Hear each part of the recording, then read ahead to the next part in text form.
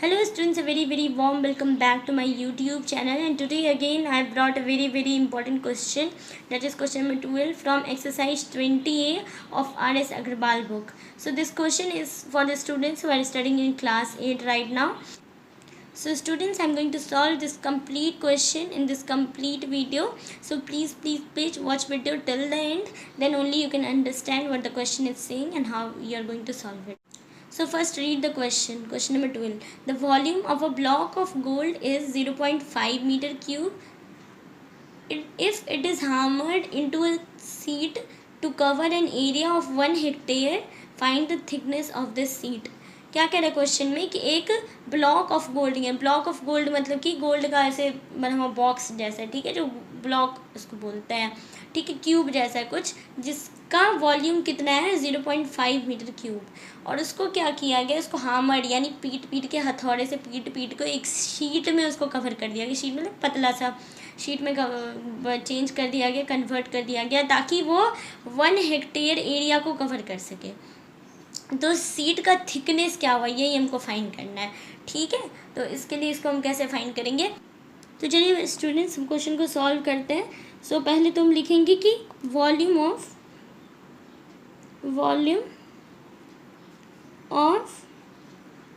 Block of gold, ठीक है, कितना दिया हुआ है 0.5 metre cube.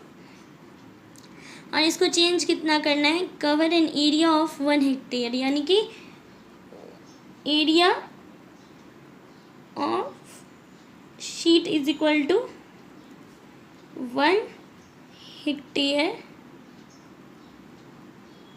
That is, so यहाँ पे आप ऐसे साइड में लिख सकते हो 1 hectare is equal to 10,000 metre square. 1 hectare का मतलब क्या होता है 10,000 मीटर स्क्वायर. ये इस एरिया, ये शीट का. तो अब क्या फाइंड करने के लिए कह रहा है, thickness of the sheet. So thickness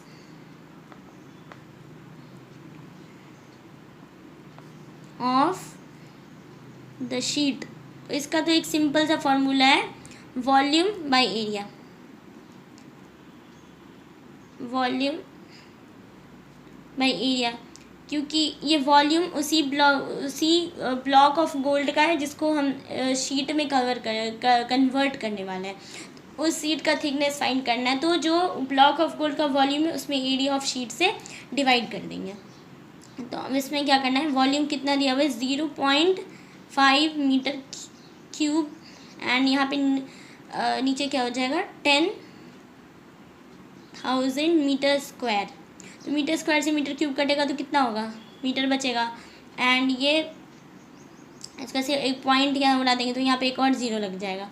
ठीक है, तो कितना हो जाएगा 5 0 पॉइंट कितना हो 5, ये कितना है 0 हुआ 1 2 3 4 5 1 2 3 4 5 ज़ीरोज़ हुआ. तो अब ये 5 के नीचे ना 5 के पीछे 4 ज़ीरोज़ लगा देंगे. ठीक है, क्योंकि जब यहाँ पे जितना ज़ीरोज़ होगा, पॉइंट जो हमारा डेसिमल होता है वो इतने प्लेस शिफ्ट कर जाता है. तो 1 2 3 4 5 यानी ये 5 प्लेस शिफ्ट करेगा. तो 5 यहाँ पे लिख देंगे और यहाँ पे 4 ज़ीरोज़ लगा देंगे. ठीक है, और यहाँ पे ये कुछ ऐसे हो जाएगा 0.5 मीटर. अब ये जो हमारा इतना बड़ा नंबर आ गया, तो इसको हमको क्या करना है, मिलीमीटर में कन्वर्ट कर देना. तो पहले हम इसको सेंटीमीटर में कन्वर्ट करेंगे. तो सेंटीमीटर में कन्वर्ट करने के लिए क्या करेंगे, 0.00005 को इंटू 100 कर देंगे. मीटर लगा दो यहाँ पे यहाँ पे सेंटीमीटर लगा दो, ये मीटर भाड़ा इंटू 100 सेंटीमीटर. ठीक है, और उसके बाद ये कितना हो जाएगा, ये कितना हो जाएगा, जैसे